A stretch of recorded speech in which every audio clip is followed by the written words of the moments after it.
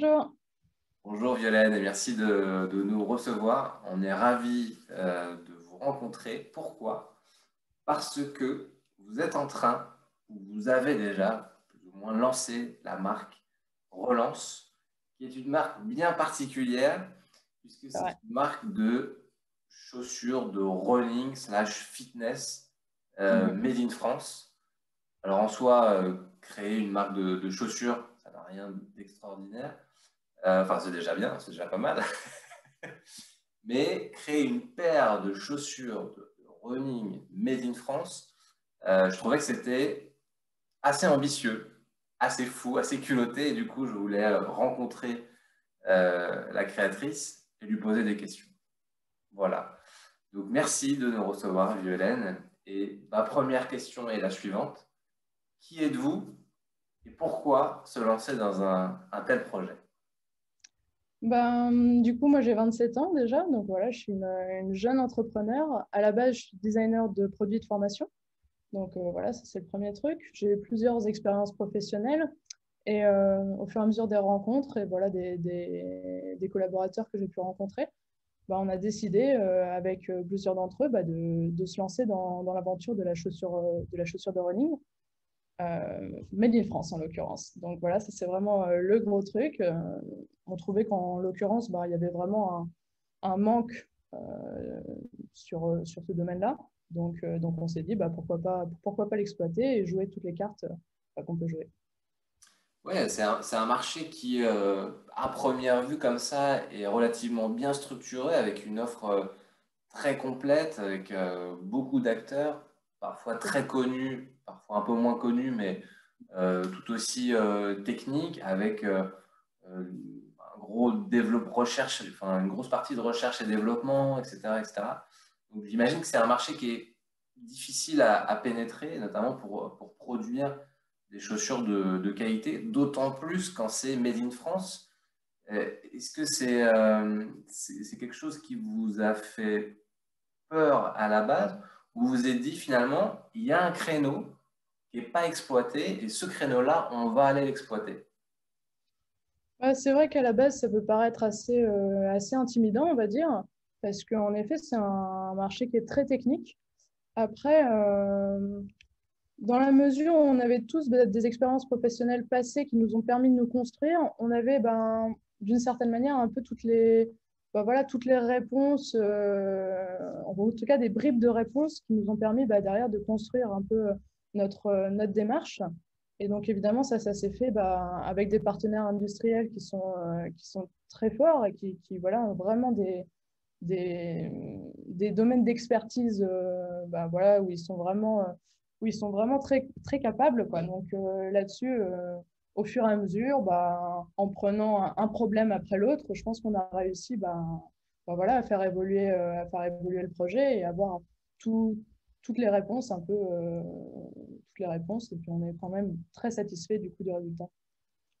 Alors du coup, le résultat, c'est quoi? C'est quatre modèles RL01 en différents coloris, quatre coloris différents. Quelle est la spécificité de ce modèle, de ce premier modèle RL01 par rapport à ce qu'on peut trouver sur le marché notamment? Du coup, c'est sûr qu'en plus de l'aspect évident qui est celui d'une Made in France, dont on a déjà un petit peu parlé, l'idée, c'est d'avoir plusieurs éléments techniques dans la chaussure qui sont un petit peu différenciants. Donc, l'idée, c'est d'avoir notamment une chaussure qui est très confortable. Donc, de se dire que la pratique sportive, ça doit vraiment être un plaisir et que pour ça, ça passe évidemment par un confort. Donc, l'idée, c'est d'avoir notamment un amorti qui est vraiment renforcé. Donc, une chaussure avec une semelle intermédiaire vraiment très épaisse et épaisse aussi sur l'avant du pied. Donc, l'idée, c'est vraiment, voilà, quand on court, on a quelque chose qui est vraiment très confortable. Et en plus de ça, on a travaillé avec une tige. Donc, la tige, c'est vraiment la partie textile de la chaussure qui est tricotée industriellement, qui permet de faire jouer les différents niveaux de respirabilité, les différents maintiens voilà, vraiment mécaniques de la chaussure. Donc, pour avoir vraiment un produit qui est très qualitatif, quoi.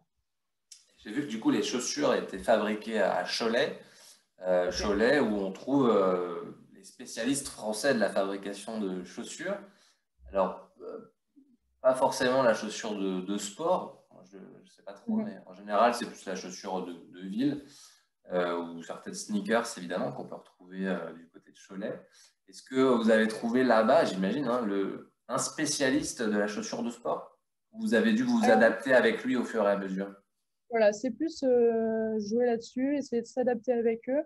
En effet, à la base, ils sont plutôt experts dans la chaussure de ville et maintenant dans la sneakers, qui est quand même beaucoup plus répandue. L'idée, c'était de travailler avec eux et de faire évoluer un petit peu, bah, sachant qu'en fait, la chaussure, on va dire la chaussure de sport, il y a quand même tellement de similitudes que de toute façon, avec les technologies qu'ils avaient, les faire évoluer, c'est quand même, voilà, c'est pas mission impossible en tout cas. Donc voilà, c'est ce sur quoi on a travaillé avec eux. Et au niveau des matières qui composent la chaussure, où est-ce que vous avez été chercher ces différentes matières? Alors, bah, ça dépend. Là, pour le coup, nous, on essaye vraiment de travailler avec eux comme un relais, on va dire. Donc, eux, pour le coup, ils sont chargés de sourcer une grande partie des composants. D'accord. Ok. Du coup, j'imagine qu'il y a eu un certain nombre de tests avant le. Alors, on n'est pas encore sur le lancement, mais pour avoir le prototype, on va dire, final. Comment ça s'est déroulé, ces différentes étapes? Bah, là-dessus, c'est vrai que bah, les premiers prototypes qu'on a sortis, donc de toute façon, le jeu du design, hein, c'est un peu ça, hein, quand on sort un premier modèle, qu'on a la version 3D ou voilà, la version numérique et qu'on se dit, Ouah, c'est magnifique, on est des génies.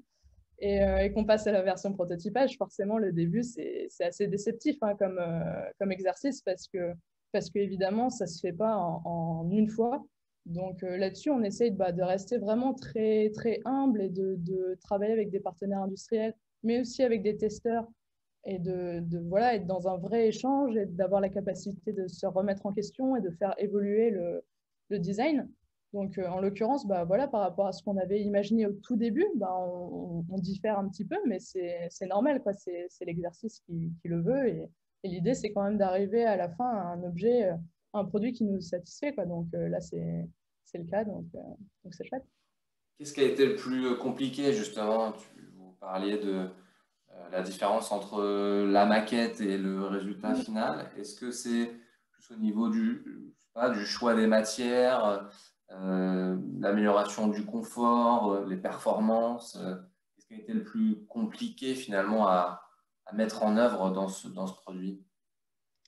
Bah, je ne sais pas s'il y a un point qui soit central pour moi, c'est peut-être plutôt ouais, c'est peut-être plutôt la globalité d'avoir bah voilà, un rendu qui soit vraiment à la hauteur de nos espérances. Et puis, le truc est très compliqué à gérer, c'est surtout en fait le timing que ça prend. C'est peut-être plutôt ça, cet aspect-là. Quand on crée quelque chose, on imagine que dans les semaines qui suivent, on va pouvoir l'avoir en main et puis se dire, voilà, c'est chouette. Alors qu'en fait, ça s'étend sur des mois et des mois. Donc, c'est peut-être plutôt cet aspect-là qui est difficile à gérer. Ouais. Ouais, c'est long, effectivement. Qu'est-ce qui vous a inspiré pour créer ce premier modèle Relance en termes de design, peut-être avant tout?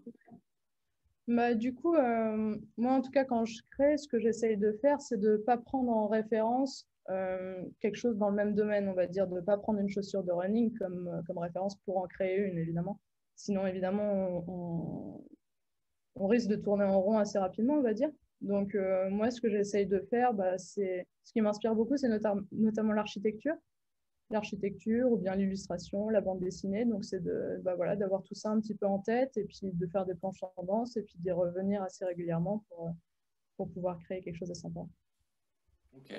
On est sur des couleurs bien spécifiques, du noir, du blanc, du bleu, du rouge, bleu, blanc, rouge, évidemment. Ça, c'est un vrai choix de base, j'imagine. Ouais, tout à fait. Bah, l'idée, en fait, c'est vu que un de nos arguments principaux, c'est quand même le Made in France, il faut que la cible, elle passe pas à côté de ça. C'est-à-dire que vraiment, le jour où on aura notre chaussure qui sera dans des rayons, qu'on passe à côté et qu'on n'ait pas besoin d'imaginer l'histoire. C'est vraiment genre, on arrive et on comprend ce qui se passe. Donc, je pense que après, on verra hein, le jour où on sera une très grosse marque comme d'autres. Peut-être qu'on n'aura plus besoin d'être aussi évident, mais je pense que pour le premier modèle, on avait besoin de ça. Ok, en tout cas, ça se voit Mhm. sur la chaussure. On retrouve effectivement le drapeau tricolore, entre guillemets. Ok. Euh, on est sur un prix qui est, je trouve, relatif, enfin, dans la moyenne marché hein, pour une paire de running. Comment est-ce que vous avez réussi à obtenir ce prix final, ou en tout cas à proposer ce prix final de 120 euros Ouais. pour une paire de running made in France? Ben, l'idée, c'est vraiment de décomposer chaque partie donc, et de faire confiance à notre partenaire industriel qui, lui, a dû en sous-traiter quand même une petite partie parce que ben, voilà, on n'a pas toutes les technologies aujourd'hui nécessaires pour pouvoir le faire. On espère qu'à terme, ce soit le cas, mais pour avoir en tout cas on va dire, un prix qui reste toujours aussi intéressant et avoir toutes ces technologies-là, il faudra qu'on gère nécessairement des plus gros volumes. Donc ça on verra pour les prochains modèles. Du coup, pour financer la première production en masse des running relance, vous faites appel à un programme de financement participatif. Est-ce que tu peux nous en dire deux mots? Donc oui, l'idée, là, ce sera sur Kickstarter. Donc on n'a pas exactement la date. A priori, ce sera début de l'été, on va dire, quelque chose comme ça. Et donc l'idée, c'est qu'en fait, on participe au lancement de l'entreprise en achetant un modèle, par exemple. Voilà, on va acheter une paire de chaussures et nous, derrière, on va amasser ces précommandes et si l'objectif est atteint, derrière, on pourra lancer vraiment notre entreprise et démarrer le projet à proprement parler. Est-ce que vous avez fixé déjà un volume à atteindre? Quel est votre objectif pour ce premier programme de financement? C'est vrai que sur Kickstarter, en tout cas, même sur le lancement participatif à titre général, il y a toujours un premier palier à atteindre. Donc, par exemple, un palier, ça peut être comme 10 000 euros. Et après, il y a l'objectif implicite qu'on peut avoir qui est forcément un peu plus haut, quoi. Ok, donc affaire à suivre, quoi. On va C'est voir ça. ça. Entre-temps, du coup, entre aujourd'hui et cet été, qu'est-ce qui vous reste à faire avant le grand lancement finalement? L'idée, en fait, c'est de travailler sur nos réseaux sociaux, notamment, de travailler ce qu'on est en train de faire là actuellement aussi, notre visibilité sur la presse, sur les médias et ce genre de choses, afin, au moment du lancement participatif, qu'on ait déjà une visibilité, que les personnes soient déjà un petit peu en attente du projet et qu'on puisse derrière avoir un lancement participatif de qualité. Ok, top. Et le lancement participatif se passe bien. Mhm. Quelles sont les perspectives de développement? Qu'est-ce que vous avez en tête? Est-ce que Relance, c'est uniquement des chaussures, de running, de fitness, ou est-ce que potentiellement ça peut devenir autre chose? C'est vrai que là, dans un premier temps, on est vraiment focus sur la chaussure parce que on préfère se dire qu'il vaut mieux faire une chose bien que tout n'importe comment. D'un point de vue, on va dire, plus réaliste, là, dans un premier temps, l'objectif après le lancement participatif, c'est de lancer notre e-commerce, de commencer à s'implanter en magasin. Donc ça va vraiment être deux gros sujets. Après, l'évolution, on verra. Je pense qu'on sera on se dirigera plutôt vers la création d'un deuxième modèle assez rapidement que sur une gamme, on va dire, complémentaire. Peut-être que ça arrivera dans le futur, mais pour l'instant, ce n'est pas la priorité numéro un. Ok.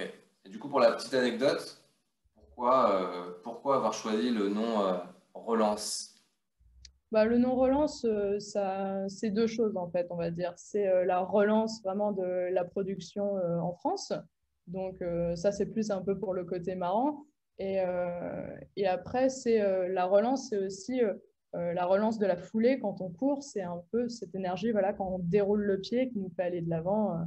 Donc voilà, c'est une sorte un peu de jeu de mots qu'on trouve sympa. Ok, bon bah merci, merci pour ça en tout cas. J'invite tous les internautes hein, de l'Homme Tendance et tous les autres évidemment à retrouver le projet Relance sur relance-running.fr. En attendant le lancement du financement participatif sur Kickstarter au début de l'été 2021, en principe. Et puis, je les invite évidemment à vous suivre sur les réseaux sociaux pour voir comment se déroule le projet petit à petit de ces fameuses chaussures de running Made in France. En tout cas, bravo pour ce projet. Franchement, c'est super. On vous souhaite tout le meilleur pour la suite. Et puis, on vous suit voilà, jusqu'au lancement et bien après. Merci Violaine en tout cas. Merci. À très bientôt. Bientôt.